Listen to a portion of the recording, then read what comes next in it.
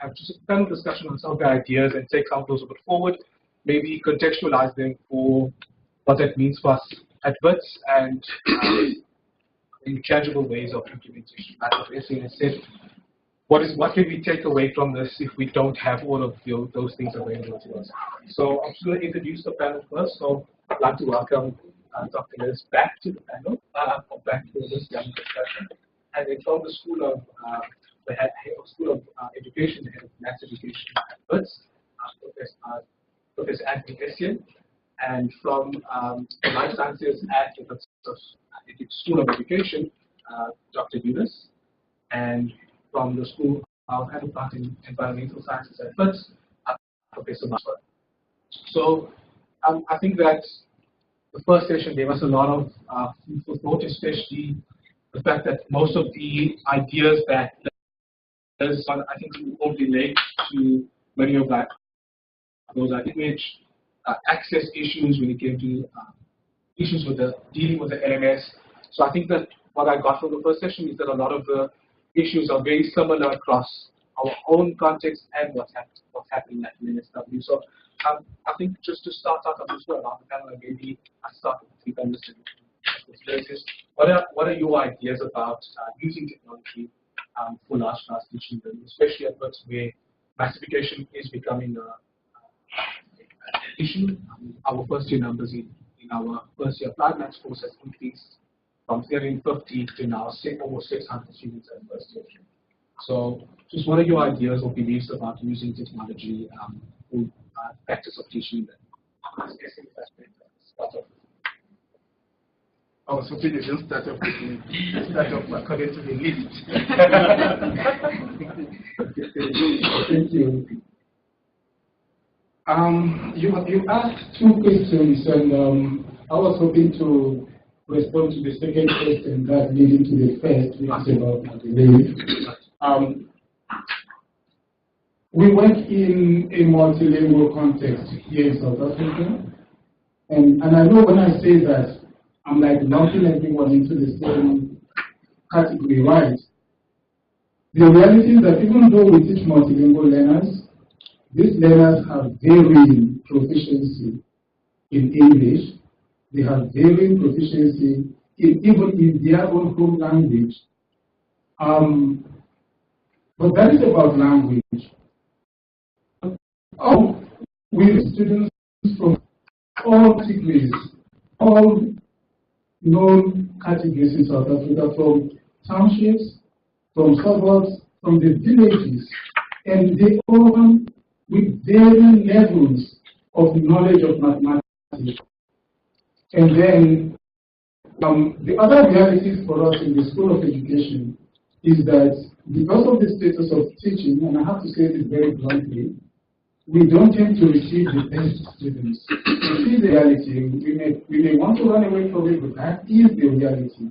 It is then our duty to take these students with all these diversities and make them the best possible teachers that we can. And coupled with that is the fact that, okay, the numbers have really indicated. In the mathematics course in the first year, I was a student in that course some years ago, and we are just about 80 of us. Right now, we receive about 200 to 300 a year, and we have to teach these students the same content that I was taught in the way. Okay. So, when we have such huge classes, what then do we do? And then I'll go back to what makes for good teaching. What makes for good teaching? First of all, is knowledge of the students, okay, and the ability to create appropriate conditions for learning, the ability to design high-quality lessons, and the ability to adapt lessons at times in the moment, and then ability to monitor and assess. And at times, it is also the ability to kind of create some form of communities of practice within the group. can technology help us achieve all this? For those of us who listen to Dr. Elizabeth's presentation, we can all say, yes, technology can help us do that. But of course, some more than the others. When it comes to knowledge of our students, I think technology has, to some degree, a less ability to help us understand our students the way we would have wanted to as lecturing this group of students that I've just talked about. People who have at very, very minimal mathematics. If who have passed matric, and therefore who cannot be rejected, but they're in your class. You accepted them, you have to teach them. How do you get to know a group of students when they are like 200, 300, over 1,000? I like a situation where I get to know my students personally. And it's not possible when I have to teach a class of 200. It's not possible. Then what are the other options? But the reality is that those students who are doing the most are those who are more reserved and therefore don't come to you for help. And I try to identify them, but in a group of students like the one I've just described, you know how much effort it will take to identify all the students who are in need of a particular helping hand. It's quite difficult. But technology can help us in many other ways. In terms of developing communities of practice, I quite like what you do in your university, and I'm hoping we can adapt or adopt some of those things that you talked about. Obviously, technology can help in monitoring and assessment of students in a very particular way. There was a course that we started some years ago. It was, now we stopped it because of curriculum change. I know someone asked the question, what about curriculum change? How resistant will you be after you put in all this effort? So the curriculum required that all students in the first year take a particular basic mathematics course. And we spent time developing that course. We spent time thinking of what we would do in terms of the use of technology in that course. And I think one of those was that they would write an assessment that would be marked electronically, so that we don't have to be spending our life matching and matching and matching. And then, of course, we developed a lot of things in terms of videos and what have you that students can watch and all that. Years later, the teacher education curriculum changed, and that course was just thrown away. So all the work that was done, all the efforts put in, all the time, and all that went down the drain. And so, what do we do if we have to develop a course? And the reality for us is that since I came to this, the curriculum has changed like 5 times. Let me paint the picture. We still have people who were in the 2007 curriculum, still part-time students right now. So since 2007, the curriculum has changed like 3 times. And we still have people who are in the previous one, and the first one, and then the second one, and then the third one. Okay. So when we put in so much effort and then there is a curriculum change, you tend to ask yourself, okay, should I put in all this effort to develop this material, to develop these videos and all these things, when I know that in the next 2 or 3 years, everything could go down the drain? So that is a dilemma in mathematics education. Okay? And I don't want to speak for science education. She is here, she will speak for herself. So that is a dilemma. What do we do? Do we invest? But we know at the same time that it is a worthwhile venture to do that, to invest in technology and in all those videos and all those things. So I'll stop here. I know you have the last question. I'll stop here, and I think I'll have the opportunity of speaking again. Yes. Thank you so much, Professor. So I think you raised some important points here about when there's curriculum change and how does that impact on all the work that you put to develop a course with all of the structures of technology in place. Thank you. I believe that using technology is the way to go, not only for large classes, but in my case, is for coping and for survival and for managing and trying to overcome the challenges that we are facing. In my case, as a science educator, we get students from, like what he just said, students who have never been in a lab, we don't know what a test tube is. And our facilities were not meant for big groups. So we find ourselves having to divide the students in like 6 labs. I'm the only lecturer, and there's no one else. The first time I was faced with that, I went to the head of school, and the head of school said there's no solution, find a solution. Because I found myself on the first day with the students who could not fit in the normal venue that I was supposed to use. And although we have 6 labs, but I didn't have the demonstrator. So that's when I realized that using technology was the way to go. It's 80 students, but they don't fit in our small labs. So how does the technology come in then? So I started video recording, demonstrating, giving instructions. So by the time the lab starts, we have the screens in all the labs and the video recording. So it will be a matter of playing, they see the demonstration and the instructions of what they're supposed to do. So in that case, we don't, at the beginning of the practicals, we don't need someone who should give instructions as such, but we need someone to monitor. So you are able to move from one level to another. We have someone who can be there to see students doing what they are supposed to do. But all the students in 6 labs are able to get the same instructions. And so as a way of overcoming the challenges, I believe that using technology is the way to go. Not just for the big classes that she's dealing with, but even in our case for overcoming the challenges that we are facing. Even in terms of marking, what she said, in my case, I'm also now applying that the online test for practice and for test, because it's not easy to mark those large classes. So I do believe using technology is the way to go. Thanks so much.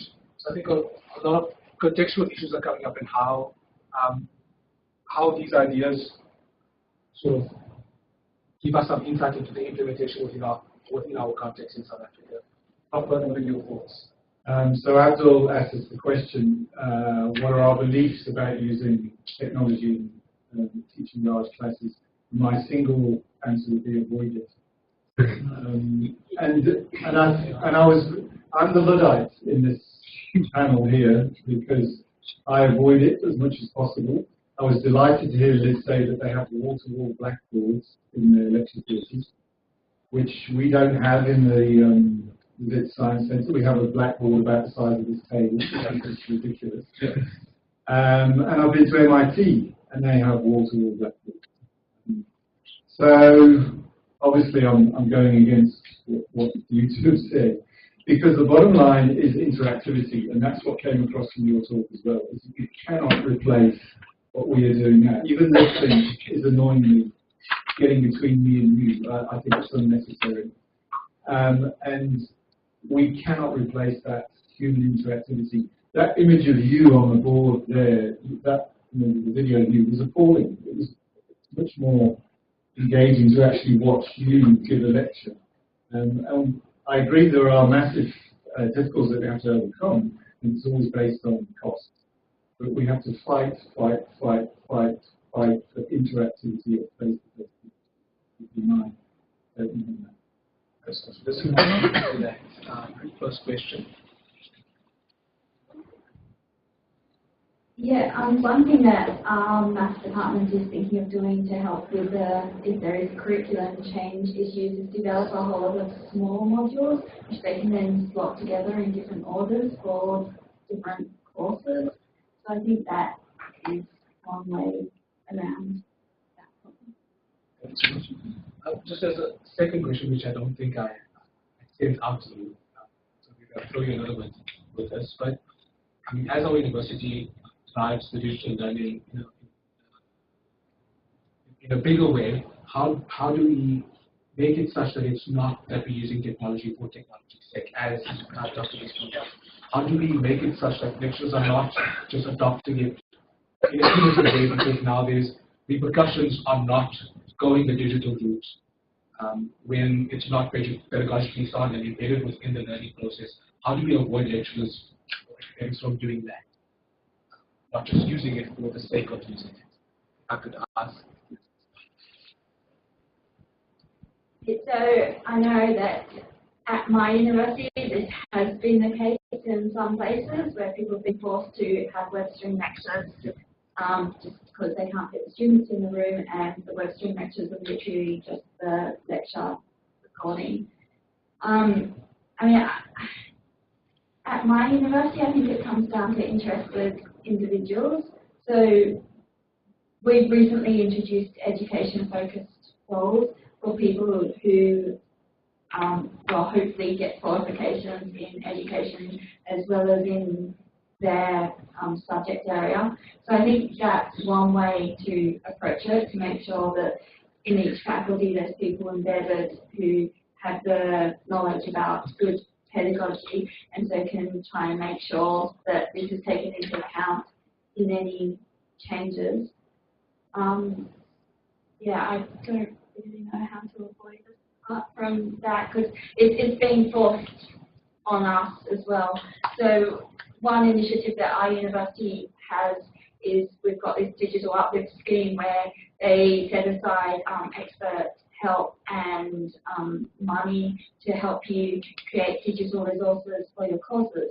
But they increased the number of people they've employed very quickly, so they haven't managed to find enough skilled people with the pedagogical knowledge to do this. So often it just results in people creating stuff that looks cool, not because it's actually going to be better for the students. So I think it's a risk, and I don't know what the solution is. You don't want to add to that? Okay. I always tell my students that the very big difference between studying at universities where you do online studies and sitting in my class, for example, is that when you sit in my class, you have the opportunity of interacting, you have the opportunity of sharing your thinking, you have the opportunity of listening to others share their own thinking, and through that, your own thinking is reshaped, and you possibly might be able to think things differently. And I think that's what you mean by interactivity. Okay, that is the ideal, obviously. That's absolutely the ideal. But when you have 200 students, that is not ideal. But you have them, and there's nothing you can do about it. They are there. You just have to do something.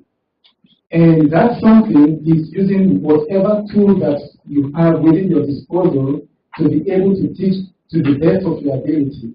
And if technology offers that avenue, go for it.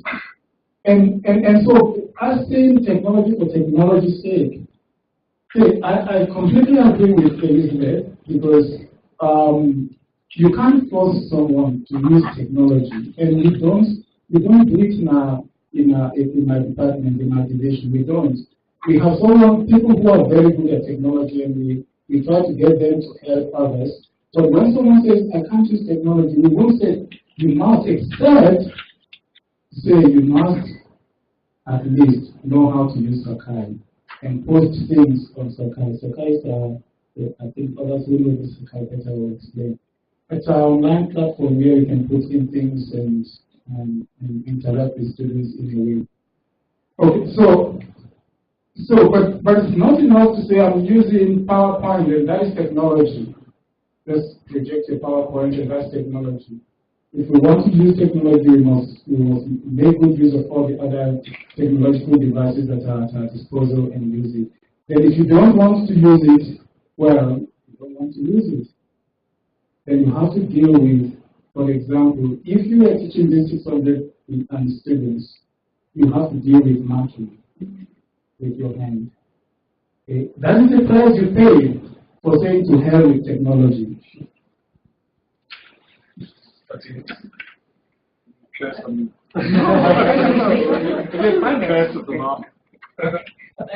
think we know that with technology there are always pros and cons. So I think as a university, and for us as lecturers, knowledge is power.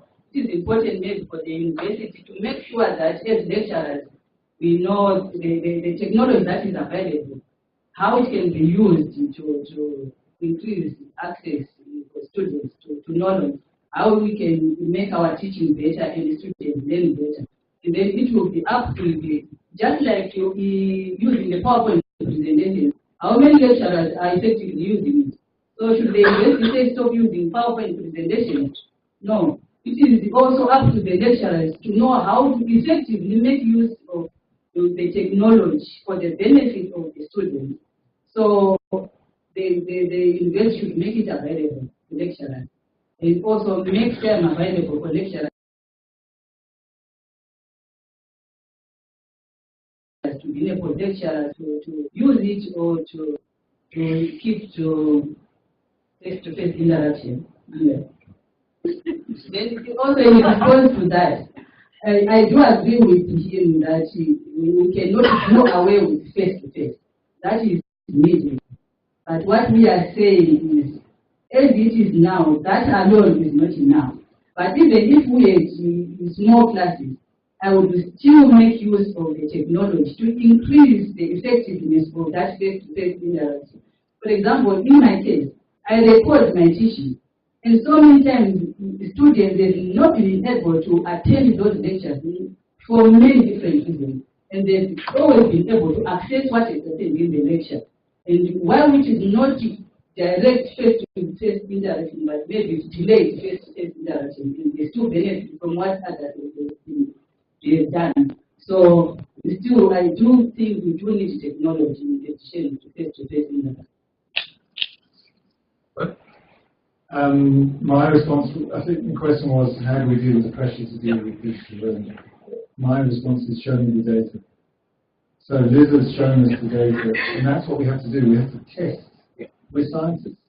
We test one against the other, and then otherwise it's big opinions pushing one or the other. And to me, the bottom line opinion that's pushing much of this is the opinion of an accountant who's giving you a cost per unit student. And that's the wrong way to make pedagogical decisions. It has to be a performance per student. So I think probably making a good point that, I mean, it can't be anecdotal. We need some research to back up some of these things. And I think Liz's research speaks for itself that the correlation was clear that after you changed it, that there were those students who were getting away with the continuous assessment and then failing the exam. And I think we have several issues here. We have students doing very well throughout the year, and then the exam comes along and they get 30%. So I think that it's a very need some research to back up some of these claims, and maybe in that way people will be more open to using it because there's some scientific evidence of its benefits and of it being implemented, or even of it not working well, that there's evidence that this hasn't worked for these reasons. I think the learning short term shows end up with the last question, and maybe that could tie in maybe a two-part question. And the first part is, how have you implemented using tech in a tangible way within your own discipline? I think this has shown us some good ways of doing that. And the second question is, should we, and if we should, how do we bring students' voice to this debate around using technology? How do we take their insights into what works and what doesn't work? I mean, a student said to me yesterday, like Dr. Lewis just mentioned, he said, I go to class and the lecture slides and what benefit is there in me being in the lecture. So I think that was an important issue that you raised, that and the effective use of all of these mediums and all of these platforms. So a two-part question: how you tangibly use it, and should we bring students into this debate, and what benefit can we gain from doing so? Let's start with you if you would ask the second question. Yeah, so in answer to the second question, what we do in School of Physics is in each class, we appoint somebody who's the course representative, and we meet with them a couple of times during the semester as a group, and it's their job to solicit feedback from their peers about what's working, what's not working, so that we can use this feedback to make changes. So this works well for us because we have end of semester surveys where the students rate their lecturer and give them a score. So it's nice to get some early feedback about what's working and what's not. That's exactly what we do also. There was a time when we decided to help our first year students by introducing a particular course that there wasn't actually a course, but some kind of an activity to help them. And we used the Siavula maths practice team. And so what we did was to try to get feedback from the students. And we also encourage all staff to, at the end of lectures, do an evaluation of what works and what had not worked during the course of the semester or the block, and then feed back to us so that we know what to do.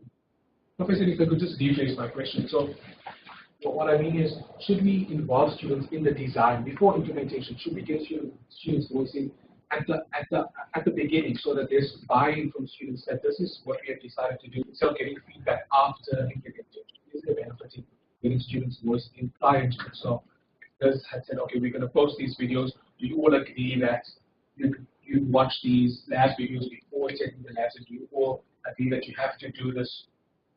You have to do this before coming to the lab so that you're able to effectively, actively participate in the lab discussions. Is there benefit in us involving students in the discussions prior to implementation?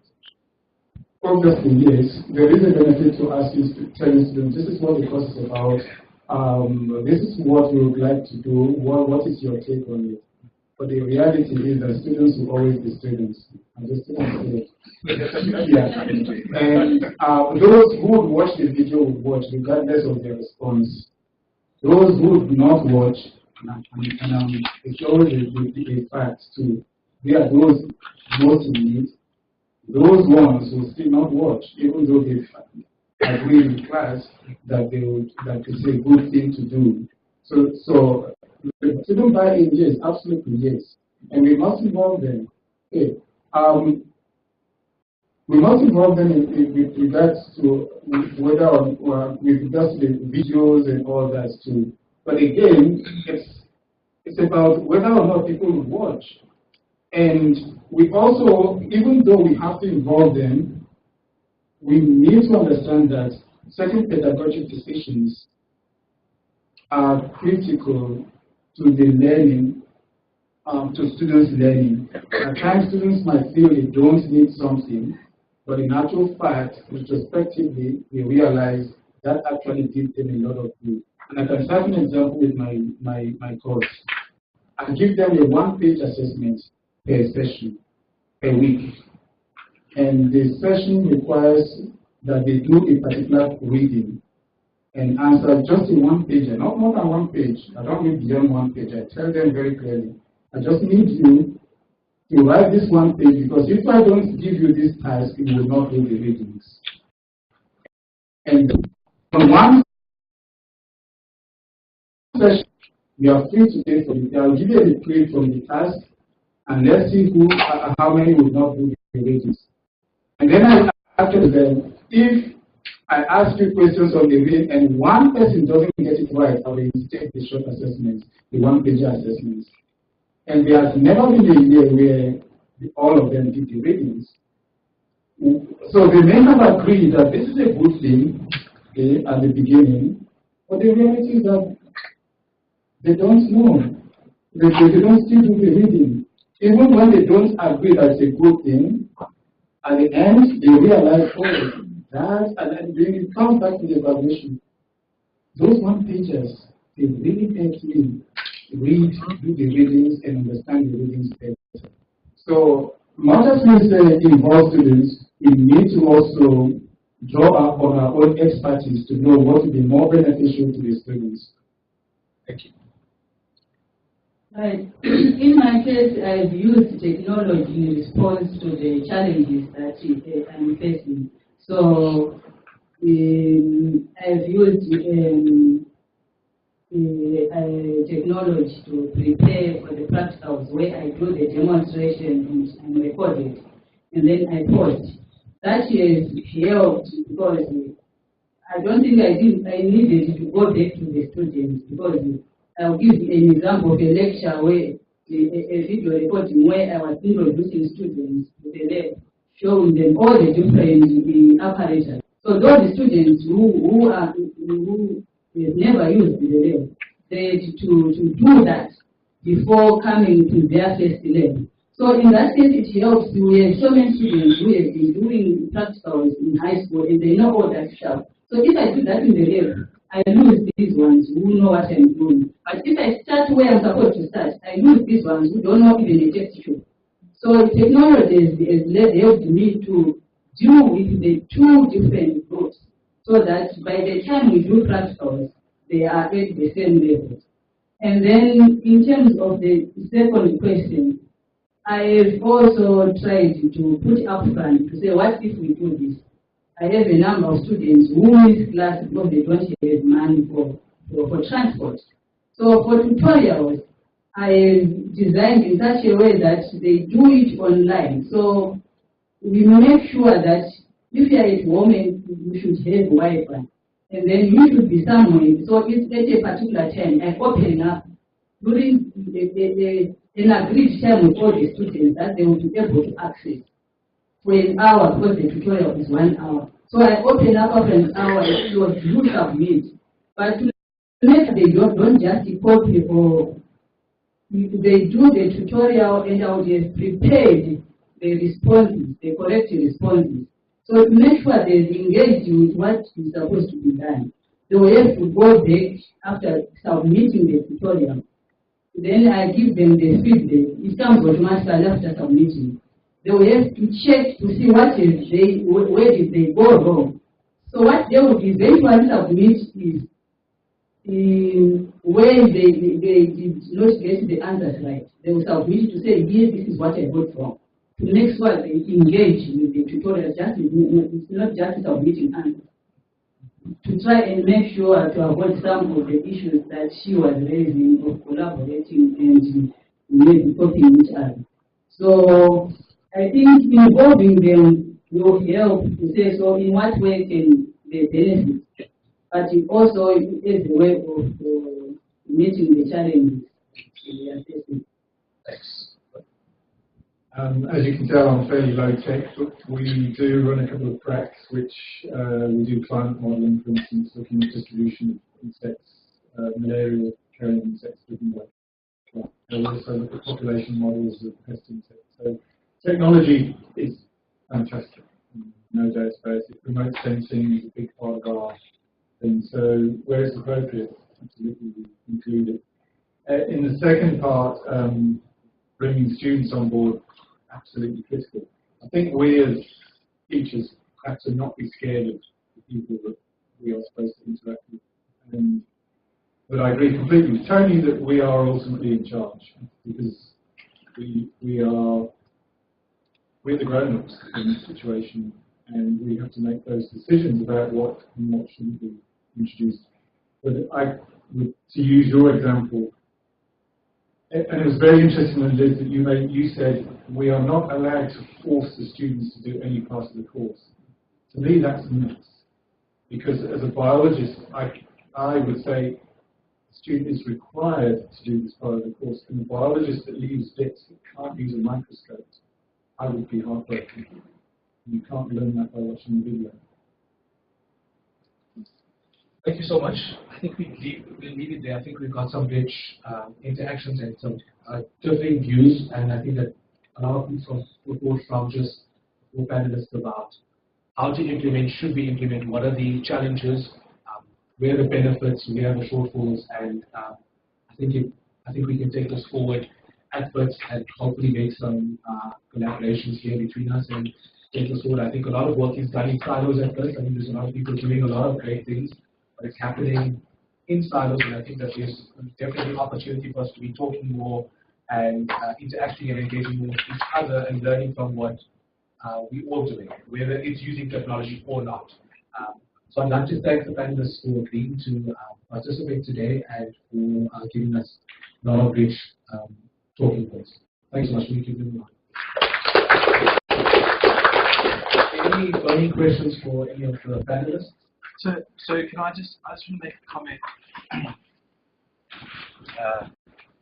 Just for the abilities and to extrapolate on what's been said already. I think a lot of the technology that Liz has raised is available to us, so which is been doing for you and Stack and his expertise there. So I think what's important for us now is that not necessarily onboarding the technology, but collaborating or unifying our voice so that we can go and we can source funding, we can show that there's interest and a need for these technologies and for the expertise of this. So I think that's so if you are interested in this company, please get in touch with Bill, me, Richard, whoever, and we'll kind of represent a united front to the powers that be that are in control. I don't know if I'm going to use this. I don't like it. Sorry. I feel like you. I think one of the most important things that springs to mind is the distinction between technology use and the gratuitous use of technology. I see both sides of the coin. On the one hand, technology can be extremely helpful in addressing certain aspects. And on the other hand, it can be completely pointless, because walking into a class and saying, well, everything is going now online, and we just see technology as this magical silver bullet that's going to solve everything. It's not. And I think the difficulty is knowing when to use it and how to use it. And honestly, universities saying we're going to technology and rocking up into a theater with a PowerPoint, that's not use of technology. Dealing with certain assessment tasks, getting students engaged and thinking, especially chatting to each other on online platforms, that's awesome. But also relying on that and saying that's the only thing we're going to do, it's also silly. And you cannot replace the real live future and to actually see the chalk making marks on the chalkboard. It's quite special, and it's a difficult question to try and solve.